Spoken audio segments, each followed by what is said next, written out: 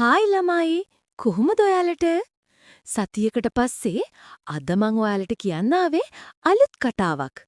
එහෙනම් අපි දැන් කතාව අහමු. මගේ නම ශලිනි. මට අවුරුදු 25යි. මම මැරි කරලා දැනට මාස 3ක් වෙනවා. මගේ මහත්තයාගේ නම රුවන්. එයා ගාමන්ට් එකක සුපර්වයිසර් කෙනෙක්. එයයි මමයි එයාගේ අම්මයි හිටියේ අපේ මේ බාගෙට හදපු ගෙදර. රුවන් මට ගොඩක් ආදරෙයි. මමත් එහෙමයි. කිසිම වෙලාවක මම එයාට ආදරය අඩුවක් කරේ නැහැ. ඒත් ඒ ආදරය මගේ නිදහස සීමා කළා වගේ හැඟීමක් මට සමහර වෙලාවට ආවා. මැරි කරන්න කලින් මම ජොබ් එකක් කරා. ඒකෙන් සල්ලි හම්බ කරා, මම ආස තැන්වල ගියා, මම ආස දේවල් ගත්තා. ඒත් දැන් මම හිර වෙලා වගේ නේද ඉන්නේ කියලා මට සැරින් සැරේට හිතුණා. ඒත් මම එච්චරේ ගැන හිතන්න ගියේ නෑ. මොකද ඇත්තටම මම ගොඩක් සන්තෝෂෙන් හිටියේ රුවන් මගේ මූණ එක ගැන. ඒත් රුවන්ගේ අම්මා රුවන්ට වඩා ගොඩක් වෙනස්. එයාගේ නීති වැඩි. මේ පවුලේ ගෑනු ළමයි පිට එක එක තැන්වල වැඩට යන්නේ නෑ. ඒ නිසා ওই ළමයා ගෙදර ඉන්න. එයා මට හැම වෙලේම කිව්වේ එහෙමයි. ඉතින් මම මේ ගෙදරටම කොටු වුණා. රුවන් මුළු දවසම වැඩ. එයාගේ හීනේ තමයි මේ ගේ සම්පූර්ණ කරන එක. ඉතින් එයා ඒකට ගොඩක් මහන්සි වුණා. ඒත් මගේ හිතේ හැම වෙලේම තිබුණේ පාළුවක්. නැන්දම්ම හැම වෙලේම රුවන් ගෙදර නැති වෙලාවට මට එක එක දේවල් කියනවා. පොඩි දෙයක් අල්ලගෙන බොරුවට බනිනවා. ඒත් රුවන්ගේ ආදරේ නිසා මම මේ හැමදේම ඉවසගෙන හිටියා. මුළු දවසම වගේ මම හිටියේ ගෙදර වැඩ ටික බලාගෙන නැන්දම්මටත් උදව් කරගෙන. මේ කාලේ තමයි සුනිල් අංකලුයි බණ්ඩාරయ్యයි ආවේ. ඇත්තටම මෙහෙම දෙයක් වෙයි කියලා මම හීනකින්වත් හිතුවේ නැහැ. ඒ දෙන්න තමයි මේගේ ඉතුරු වැඩ ටික කරන්න ආපු බාස්ලා දෙන්න. සුනිල් වයස අවුරුදු 55ක වගේ කෙනෙක්. බණ්ඩාර තරුණයි. වයස අවුරුදු 30ක වගේ කෙනෙක්. එයා නම් හැම වෙලේම ජොලියේ ඉන්න කෙනෙක්. ඉතින් අපේ ගෙදර වැඩ පටන් ගත්තා. රුවන් උදේට වැඩට ගියාට පස්සේ මට කතා කරන්න කියලා හරි හිටියේ මේ මිනිස්සු දෙන්න විතරයි. රුවන්ගේ අම්මත් එක්ක කතා කරන්න බෑ, එයා අමුතුම જાතියක කෙනෙක් නිසා. එයාලා මාත් එක්ක ගොඩාක් හිතවත් වුණා. මම ඉතින් එයාලට තේ වතුර එහෙම ගෙනත් දෙනවා. කෑම මේෂෙට ලෑස්ති කරලා කන්න කටා කරනවා. ඔය වගේ දේවල් තමයි ඉතින් මම හවස් වෙනකම්ම කරේ. බණ්ඩාර හැම වෙලේම මගේ දිහා අමුතු බැල්මක් දාලා මොනවම හරි විහිළුවට කියනවා. ශලිනි නංගි කන්න කලින් කියන්න පුළුවන් ඔයා හදන කෑම ගොඩක් රහයි කියලා. හරියට ඔයා වගේ. බණ්ඩාර අයියා ඔය වගේ දේවල් නිතරම කියනවා. මට හොඳටම hina යනවා. සුනිල් අංකල්ටත් hina. හැබැයි සමහර වෙලාවට නන්දම්ම මම තනියම ඉන්න වෙලාවට මට බැන්නා. මම එයාලා එක්ක ඕනවට වඩා කතා කරනවා කියලා. ඒත් මම ඒක එච්චර ගණන් ගත්තේ නැහැ. මොකද කතා කරන්න කියලා හරි හිටියේ ඒ දෙන්න විතරයිනේ දවල් වරුවට. ඉතින් ඔය විදිහට කාලි ගෙවිලා ගියා. බණ්ඩාර අයියේ සුනිල් මාමයි මම යන්නේන වෙලාවට මන් දිහා හොරෙන් බලනවත් මම දැක්කා. මම මේ ගෙන්න නැන්දම්මටවත් රුවන්ටවත් කිව්වේ නැහැ. මගේ පාළුව නිසාද දන්නේ නැහැ. ඒ දෙන්න එහෙම බලද්දි මට ලොකු සතුටක් ආවා. නැන්දම්ම හැමදාම දවල් 12ට විතර පැයක් විතර නිදා ගන්නවා. ඉතින් ඒ වෙලාවට මම අර දෙන්නත් එක්ක හොඳටම hina වෙවි කතා කර කර ඉන්නවා. දවසක් නැන්දම්ම නිදාගත්තට පස්සේ මම එළියට ගියා. බණ්ඩාර අයියා හිටියේ තාප්පෙට ගල් බදින ගමන්. "ආ ශලිනි නංගි, ඔයා කාලා එහෙමද?" එයා මගෙන් ඇහුවා. "ඔව් බණ්ඩාර අයියේ, මම කෑවා. ඔයාලත් කෑව නේද? කොහොමද අද කෑම? රහයිද?" මම hina වෙලා ඇහුවා. "මොනවා අහනවද නංගි? ඔයාගේ කෑම හැමදාම රහයි?" මම hina වුණා. මම පැත්තකට වෙලා එයා වැඩ කරන හැටි බලාගෙන හිටියා. ඇත්තටම බණ්ඩාර අයියට තිබුණේ ලොකු ශක්තිමත් ඇගක්. එයා මෙහෙම වැඩ කරනවා බලාගෙන ඉද්දි මට අමුතු හැඟීමක් ආවා. එයා දැක්ක මං එයා දිහා බලාගෙන ඉන්නේ කියලා. එයා අමුතුම විදියට hina වෙලා මන් ළඟට ආවා. "ශලිනි නංගි, ඔයා ලොකු පාළුවකින් නේද ඉන්නේ? මට ඒක හොඳටම තේරෙනවා. මට කුරුවම් ඔයාගේ ওই පාළුව නැති කරන්න. ඔයා කැමති නම්. හැබැයි රුවන් මල්ලි දැනගන්න ඕනේ නැහැ මේ ගැන." එයා කිව්වා. මට මොනවා වුණාද දන්නේ නැහැ. මම දෙපාරක් හිතන්නට වහා කිව්වා. "මට ගොඩාක් පාළුවෙන් තමයි ඉන්නේ බණ්ඩාර අයියේ." මම කිව්වා. "රුවන්ගේ අම්මා නිදි නේද?" බණ්ඩාර අයියා ඇහුවා. "ඔව් බණ්ඩාර අයියේ." "ඔය අලුතෙන් හදපු කාමරයට එන්නකෝ එහෙනම්. එතන සුනිල් අංකල් තාම වැඩනේ අයියේ." "අයියෝ, එයා හිටියට කමක් නැහැ. වයසට ගියාට එයාටත් හොඳට පුල්ලම ඔයා වගේ ලස්සන කෙල්ලන්ගේ පාළුව නැටි කරන්න." බණ්ඩාර අයියා කිව්වා. මගේ මුළු ඇගම හිරිවැටිලා ගියා.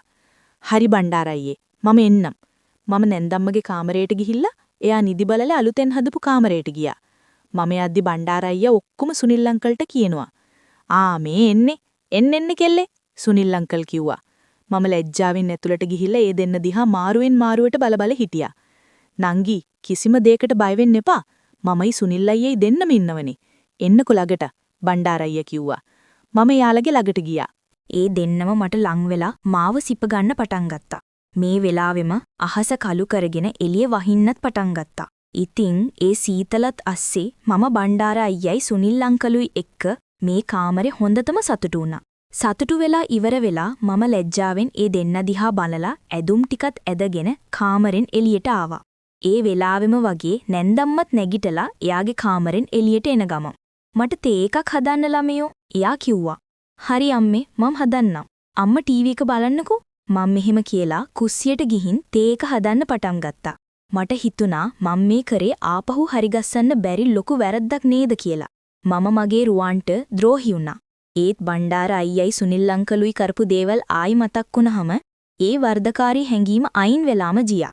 කවදාවත් මම මේ විදිහට සතුටු වෙලා තිබුලේ නැහැ. රුවන්ටවත් බැරි වුණා මාව එහෙම සතුටු කරන්න. එයාට වෙලාවක් තිබ්බෙත් නැහැ ඒකට. මම බණ්ඩාර අයියටයි සුනිල් අංකල්ටයි ඇබ්බැහි වෙලා වගේ දැනුණා. එතනින් පස්සේ අපි හැමදාම මේ විදිහට සතුටු වුණා. සුනිල් අංකල් ඔයයි බණ්ඩාර අයියයි නම් මාරයි. මං hina වෙවි කිව්වා. බණ්ඩාර මල්ලි කෙල්ලට අපිව අල්ලලම ගිහිල්ලා වගේ. එයා hina වෙවි බණ්ඩාර අයියට කිව්වා. නැතුව රුවන්ට බැරි වුණාට අපි දන්නව කෙල්ලෙක්ව සන්තෝෂෙන් තියන්නේ කොහොමද කියලා. බණ්ඩාර අයියා කිව්වා. අපි තුන්දෙනාම hina වුණා. එක පාරටම රුවන්ගේ බයික් එකේ සද්ද ඇහුණා. මගේ මුළු ඇඟම හීතල වුණා.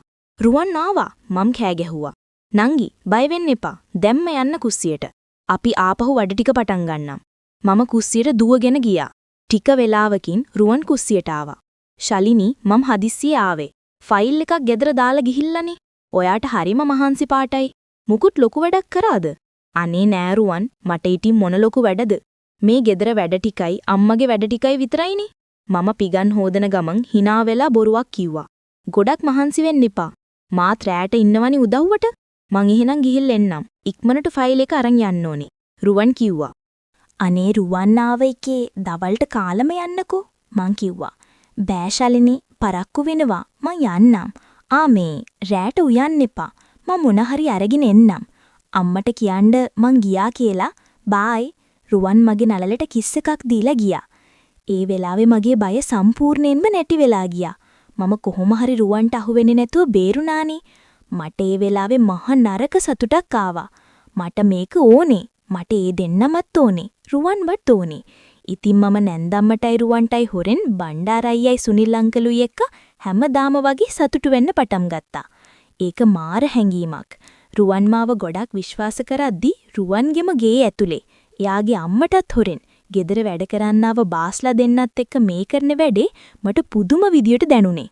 නැන්දම්මට පොඩි සැකයක් තියනා වගේ පෙනුනත් එයාට මම කරන දේ මොකක්ද කියලා හිතාගන්න බෑ කියලා මට තේරුණා. දවසක් මම බණ්ඩාර අයියටයි සුනිල් අංකල්ටයි තේ අරගෙන එයාලා වැග කරන තැනට ගියා. නංගි නියම වෙලාවට තේ එක ගෙනාවේ බණ්ඩාර අයියා කිව්වා. ඒක ඇත්ත බණ්ඩාර මල්ලි මාත් මේ බලාගෙන හිටියේ මොකද අපේ කෙල්ල පරක්කු කියලා. සුනිල් අංකල් hina වෙවි කිව්වා. ශලිනී නංගි මුකුත් අවුලක්වත්ද? බණ්ඩාර අයියේ ඇහුවා. මොන අවුලක්ද බණ්ඩාර අයියේ? මං කිව්වා. ඔයා තේගින්න පරක්කු වුණ නිසා ඇහුවේ. මට හිතුනේ රුවන්ට සැක හිතිලා ඔයාට මොනා හරි කියන්න ඇති කියලා. බණ්ඩාර අයියේ කිව්වා. එයාට මොනා හිතෙන්නද අයියේ? එයාට මෙලෝ දෙයක් තේරෙන්නේ නෑ. මම මේක ගානට බැලන්ස් කරනවා. මම hina වෙලා කිව්වා. බණ්ඩාර අයියටයි සුනිල් අංකල්ටයි හොඳටම hina ගියා ඒ කතාවට. කෙල්ලේ උඹ නම් මහ නරක කෙල්ලෙක්. රුවන් ළමේගේ අවාසනාව අපේ වාසනාව. සුනිල් අංකල් hina වෙවි කිව්වා. ඒක ඇත්ත සුනිල් අයියේ. බණ්ඩාර අයියත් hina වෙවි කිව්වා. මටත් hina. මටම හිතාගන්න බෑ මම කොහොමද මෙහෙම දෙයකට පෙළඹුණේ කියලා. මම නැන්දම්මගේ කාමරේට ගිහිල්ලා එයා නිදිද බලලා ආපහු ආවා. ඊට පස්සේ බණ්ඩාර අයියයි සුනිල් අංකලුයි මව සතුටු කරන්න පටන් ගත්තා. උඹ නම් මහ නරක කෙල්ලෙක් කියලා සුනිල් අංකල් කියපු දේ මගේ ඔළුව ඇතුලේ දෝංකාර දුන්නා. ඒක තව තවත් මගේ සතුට වැඩි කරා. එදා හවසත් වෙනද වගේම මුකුත් නොතේරෙන රුවන් ගෙදර ඇවිල්ලා මාත් එක්ක ආදරෙන් හිටියා. එයා ගොඩක් සන්තෝෂෙන් හිටියේ ගෙදර වැඩ ටික ඉවර වෙන එක ගැන. මාත් සන්තෝෂෙන් හිටියේ. ඒ හැබැයි මේ බාගෙට හදපු ගෙදර වැඩ ටික ඉවර වෙන නිසා නන් නෙමෙයි. බණ්ඩාර අයියයි සුනිල් අංකලුයි නිසා. ඇත්තටම කිව්වොත් ගෙදර වැඩ ඉවර කරන්න තව පරක්කු වෙනව නම් හොඳයි කියලායි මට හිතුනේ. දවසක් මම උයේ ඉන්නකොට නැන්දම්ම මගේ ළඟට ආවා. ළමයෝ මට ඔයාගේ ලොකු වෙනසක් තේරෙනවා. මොකක්ද ඒ? එයා මගෙන් සැකෙන් ඇහුවා. එහෙම වෙනසක් නෑ අම්මේ. ඇයි එහෙම ඇහුවේ? මම ඇහුවා. ඔයා වෙනදට වඩා සතුටෙන් ඉන්නේ. අනික ඔය ආර මිනිස්සු දෙන්න එක කතාවට යනවත් වැඩි. ඔය ළමයා දැන් මගේ පුතා බැඳලා ඉන්නේ කියලා මතක තියාගත්තොත් හොඳයි. එයා කිව්වේ ටිකක් තදින්. අනේ අම්මා මේ මොනවද කියන්නේ? මම සතුටින් ඉන්න එක වැරදිද අම්මේ? රුවන්ගේ හොඳ කාලෙමේ. එයාගේ හීන එක් එක හැබෑ වෙනවා. ඉක්මනටම මේ ගෙදර ඉතුරු වැඩ ටිකත් ඉවර වෙයි. ලබන මාසේ එයාගේ උසස් වීමක්කුත් හම්බ වෙනවා. ඉතින් ඔව් අම්මේ මම සන්තෝෂෙන් ඉන්නේ. රුවන්ට හරියනවට මම ගොඩක් සතුටුයි මම කිව්වා. ඒකට නැන්දම්මගේ ඇස් දෙකම උඩ ගියා. ටික වෙලාවක් කතා නොකර හිටපු යා එක පාරටම මගේ ඔළුව අත ගෑවා. මටත් මගේ කොල්ලලෙන සන්තෝසයි දරුවෝ. උඹලා දෙන්නටම දලදා හාමුදුරුවන්ගෙම පිහිටයි. නැන්දම්ම එම කියලා සන්තෝසෙන් ආපහු ගේ ඇතුළට ගියා. මට තනියම hina ගියා. ඒ ප්‍රශ්නේත් එහෙනම් ඉවරයි. මම මටම කියාගත්තා. එදත් වෙනද වගේම මම බණ්ඩාර අයියයි සුනිල් අංකලුයි එක්ක සතුටු වුණා. මේ මිනිසු දෙන්නට එපා වීමක් නැහැ. තව ඕනේ. මටත් එහෙම තමා. මමත් හොඳටම ඇබ්බැහි වෙලා. පහුවදා මම බණ්ඩාර අයියයි සුනිල් අංකලුයි එක්ක කතා කර හිටියේ එයාලා වැඩ කරන දිහා බලාගෙන. එයාලා මගේ පෙනුම ගැන, ඇඟ ගැන එක එක විහිළු කරා. මටත් මාරම සන්තෝසයි. ඇඟපත තියෙන පිරිමි දෙන්නෙක්ම එක සැරේ මෙහෙම අවධානයක් දෙද්දි මොන ගෑණිටද ආස හිතෙන්නේ නැත්තේ. එක සැරේටම නැන්දම්ම එළියට ආවා. සුනිල් අංකල් ඉක්මනට කතාව වෙනස් කරා. මම කිව්වේ ළමයෝ මේ ටයිල් වලට වඩා අනිත් පාට ටයිල් ටිකක් ඇල්ලුවා නම් තව ලස්සනට තියෙයි. මොකද ඒ පාට බිත්තිවල ගාපු පාටට හොඳට ගැලපෙනවා. සුනිල් අංකල් කිව්වා. මම රුවන්ට කියන්නම් සුනිල් අංකල්. ඔයා කියන කතාව ඇත්ත තමයි. නේද අම්මේ? මේ පාට ටිකක් ඇත්තයි වගේ නේද? මං කිව්වා. ඔව් සුනිල් කිව්වම තමයි ඒක මටත් තේරුනේ. අපි පුතාට කියමුකෝ. එහෙම කියලා නැන්දම්ම ආපහු ගේ ඇතුළට ගියා. මේ එයා දවල්ට නිදියන වෙලාවනේ. අපි තුන්දෙනා පල්ලෙහා තිබුණ ගෙදර වත්ත පැත්තට ඉක්මනට ගියා. ලොකු වත්තක් නොවුනත් හැම පැත්තෙම හොඳට කවර් වෙලා තිබුණේ. බණ්ඩාර අයියේ සුනිල් අංකලයි මාව වත්තේ තියාගෙන හොඳට සතුටු කරා. ඒක ඇත්තටම වෙනස්ම වෙලා සද්දකීමක්.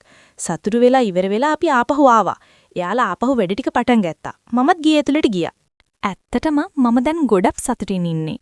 මට රුවන්ගෙන් ආදරය ලැබෙනවා. බණ්ඩාර අයියගෙනුයි සුනිල් අංකල්ගෙනුයි සතුට ලැබෙනවා. මට තනියම hina ගියා. මට මං ගැනම පුදුමයි. මම කලින් කොහොම හිටපු කෙනෙක්ද? මට හිතුණා. මම දැන් අලුත් කෙනෙක්. මම කලින් හිටපු ශලිනි නෙමෙයි. ඉතින් මාස 4කට විතර පස්සේ ගෙදර වැඩ සම්පූර්ණයෙන්ම ඉවර වුණා. ඇත්තටම අපිටත් හිතාගන්න අමාරුයි මේ අපේම ගෙදරද කියලා. බණ්ඩාර අයියයි සුනිල් අංකලුයි ගොඩක් මහන්සි වෙලා තිබුණා මේක මෙච්චර ලස්සනට හදන්න. සන්තෝෂෙට නැන්දම්ම පන්සලට ගියා බෝධි පූජාවක් තියන්න. රුවන්ඩත් හරිම සන්තෝසයි. ඒ නිසා එයා ගානේ බණ්ඩාර අයියටයි සුනිල් අංකල්ලටයි පාටියක්. රුවන් හිතුවටත් වඩා හොදට ගෙදර වැඩි ඉවර වෙලා තිබුණා. එයාලා සාලි බොන්න පටන් ගත්තා. මම එයාලට බයිට් ඉවර වෙන ගානේ ආපහු හදාගෙන ගිහින් දුන්නා. ඒක මට වදයක් වුණේ නැහැ. මම සන්තෝෂෙන් තමයි ඒ දේ කරේ. බොන අතරෙත් බණ්ඩාර අයියයි සුනිල් අංකලුයි මං දිහා එයාලගේ වල් බැල්ම දාලා බැලුවා. එයාලා වෙරි වෙලා තින්න නිසා ඒ බැල්ම ගොඩක් දරුණු වුණා. මටත් දැන් ඉන්න බෑ. මම රුවන් ගාවට ගියා. රුවන් මම මේ ටික බලා ගන්නම්. අම්මත් තව ටිකකින් එයිනේ. ඔය හොඳට එන්ජොයි කරන්න. කමක් නැහැ. මම රුවන්ගේ ඔළුව අත ගාලා ආදරෙන් කිව්වා. මෙන්න ගෑනු. බණ්ඩාර සුනිල් මාමේ දැක්කනේ මගේ වයිෆ් මට අනවශ්‍ය නීති දාන්නේ නැහැ. එයා වෙරි පිට ආඩම්බරෙන් කිව්වා. ඒක ඇත්ත. මෙන්න ගෑනු. සුනිල් මාමා අර වල් හිනාව දාලා කිව්වා. මට තේරුණා එයා උත්තර දුන්නේ රුවන් අහපු දෙයට නෙමෙයි කියලා. මම hina වෙලා ගේ ඇතුළට ගියා. මට ඕනි උනේ රුවන් එන්ජොයි කරනවටත් වඩා එයාව ඉක්මනට හොඳටම වෙරි කරවන්න. රුවන් හොඳටම බිව්වට පස්සේ ගොඩ වෙලාවකට නැගිටින්නේ නැහැ. මට ඒ වෙලාව හොඳටම ඇති අර දෙන්නත් එක්ක සතුටු වෙන්න. වැඩි වෙලාවක් ගියේ නැහැ. බණ්ඩාර අයියයි සුනිල් අංකලුයි වැනි ගේ ඇතුළට ආවා. නංගි මිනිහා බිම දැම්ම නැගිටින එකක් නැහැ. එයා කිව්වා. ඒක හොඳයි. අපේ කාමරේට යමු. අම්මා ආපහු වෙන්න කලින් ඉක්මනට ඉවර කරමු. මම එහෙම කියලා ඒ දෙන්නව එක්කගෙන මගී රුවන්ගේ කාමරේට ආවා. බණ්ඩාර අයියයි සුනිල් අංකලුයි මාව අපේ ඇදේ තියාගෙන හොඳට සතුටු කරා. එයාලා බීලා හිටපු නිසා එයාලට කිසිම පාලනයක් තිබුණේ නැහැ. සතුටු වෙලා ඉවර වෙලා එයාලා ආපහු එළියට ගිහින් බොන්න පටන් ගත්තා. රුවන් තාම බිම. මඩ හිනාත් ගියා. ටික වෙලාවකින් නැන්දම්ම ආලා. මමයි එයයි රැයට කාලා නිදාගන්න ගියා. ඉතින් අපේ ගෙදර වැඩ ටිකත් සම්පූර්ණ වුණා. මගේ ජීවිතෙත් සම්පූර්ණ වුණා. මට දැන් ආදරේ සතුටුයි දෙකම තියෙනවා. දැන් හැමදාම නොඋනත් සතියට දෙපාරක් විතර දවල් වරුවට බණ්ඩාර අයියයි සුනිල් අංකලුයි හොරෙන් මෙහෙ එනවා. එයාලා මාව වත්ත පල්ලෙහා තියාගෙන හොඳට සතුටු කරනවා. මේක මට කවදාවත් නවත්තන්න ඕන දෙයක් නෙමෙයි. මට මේ රහ ඕනි.